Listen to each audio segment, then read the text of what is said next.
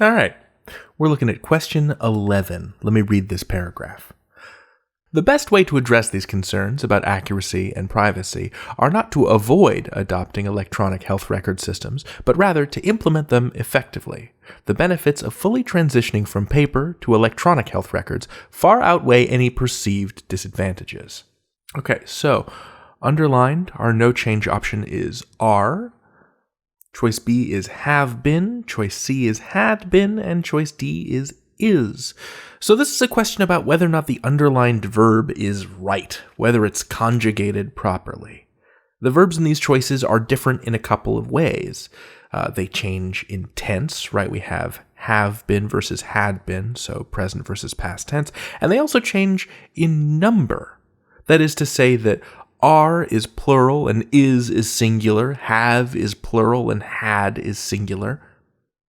So I'm trying to figure out both the proper tense of this sentence and also how to make sure that the verb agrees with its subject. Now, subject-verb agreement questions come up between 1 and 3 times on your official SAT, and all agreement means is a plural subject gets a plural verb, a singular subject gets a singular verb. They agree in number.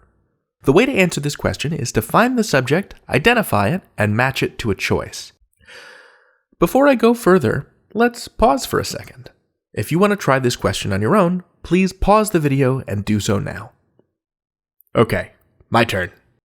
So, where's our subject? There's a lot going on in this sentence, right? Look at all these nouns. Privacy, accuracy, concerns, way.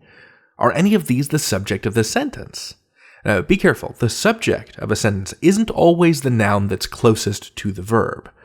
The subject of the sentence is actually the word way here. Everything else in the sentence is wrapped up in this infinitive phrase to address these concerns about accuracy and privacy. Same deal with everything that comes after the underlined verb, to avoid adopting electronic health record systems, etc. It's all wrapped up in an infinitive phrase, so we can cross all of that off and stop thinking about it. And that leaves us with the best way are. Well, that sounds wrong to me now that I've gotten all the other stuff out of the way. The word way is singular. The verb are is plural. And we want a singular verb. So that means we can eliminate the plural choices. Are, no change, is out. Be, have been, is out too. So now we're down to our singular verbs. Choices C and D, had been and is. Are we looking for a present tense or a past tense verb? And now we can plug these choices back into the sentence. I think the best way had been not to avoid adopting electronic health record systems sounds very, very clunky compared to the best way is not to avoid, but clunkiness is not our only clue. I can look around in the paragraph to check the tense of other nearby verbs. The subject and the verb of the next sentence, right, the benefits of fully transitioning from paper to electronic health records far outweigh, there we go. Benefits outweigh, subject, verb. Right? That's in present tense. Benefits outweigh. It's outweigh and not outweighed or had outweighed.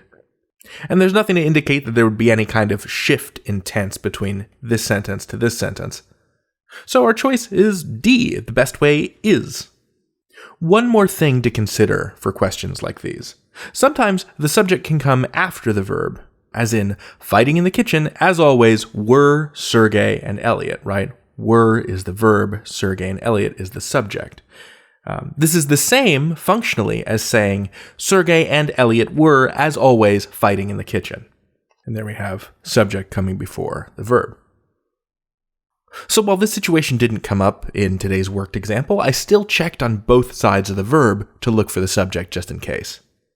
So here's my strategy for questions like these.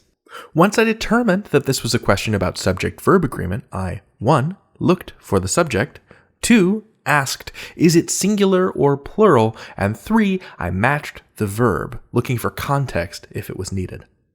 Context is your friend on the writing and language test. Stay sharp. You've got this.